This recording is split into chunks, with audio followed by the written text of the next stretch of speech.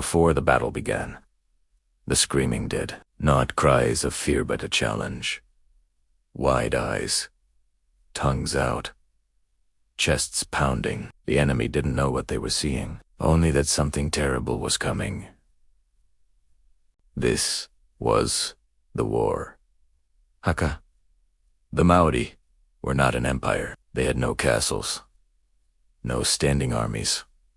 What they had was warriors raised for violence, honor, and survival. Living on the rugged coasts of New Zealand, their lives were intertwined with the land and with conflict. Every man was a potential fighter, trained from youth not just to wield weapons, but to become one. They moved barefoot across treacherous terrain, their bodies hardened, their minds sharpened by the constant threat of intertribal warfare. Their faces etched with intricate tattoos told stories of lineage and status. Their weapons, carved from wood, bone, and stone, were extensions of their will. This wasn't just a culture of warriors. It was a culture where the warrior's spirit was everything. They were underdogs with a terrifying discipline, ready to defend their honor to the last breath. The Haka wasn't a dance. It was psychological warfare, a declaration that mercy was not coming, and retreat would be pointless. Every stomp of the feet, every slap of the chest, every guttural cry was a calculated act to unnerve the enemy. It was a physical and vocal explosion of ferocity, designed to showcase their unity, their strength, and their absolute commitment to the fight ahead. When 100 warriors moved as one, their voices booming in perfect unison, it sent a clear message. We are a single, unstoppable force. For the soldiers facing them, this wasn't just a war cry. It was the terrifying realization that they were about to face men who embraced the chaos of battle, who welcomed the clash of steel, and who saw fear not as a weakness, but as a weapon to be used against their foes. The Haka ended, and in the deafening silence that followed, the true battle for the mind was already lost. When battle began, Maori shock troops struck first.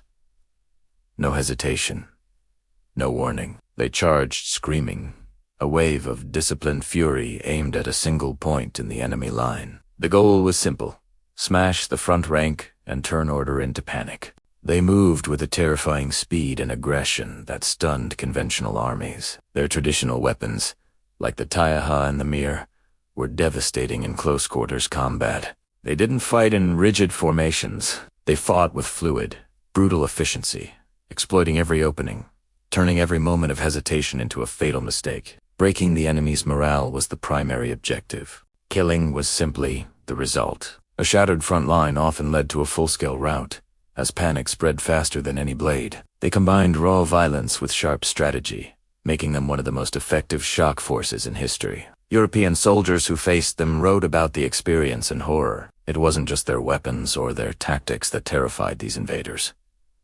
It was their absolute fearlessness. Colonial troops, accustomed to structured warfare and the idea of a clean victory, were confronted by warriors who seemed to operate on a different spiritual plane. The Maori fought with an intensity that suggested they had already accepted death.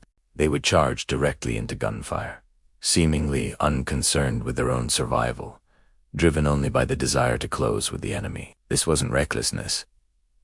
It was a profound cultural belief. They fought like men who believed death in battle was not an ending, but a glorious passage to the afterlife. For a soldier fighting for a king an ocean away, facing an enemy fighting for his ancestors right beside him was a chilling and often final experience. After the fighting stopped, the silence returned. Bodies lay broken. Survivors stared in disbelief, the brutal reality of the clash settling over the field like a shroud. The air, thick with the smell of smoke and blood, was heavy, and the Haka, the ferocious symphony of war, echoed in their heads long after the warriors were gone. The visions of contorted faces and the sound of 1,000 stomping feet became ghosts that haunted their quiet moments. It was a psychological scar, a permanent imprint left on the minds of those who survived. The Maori warriors had not just won a battle of strength, but a battle of will,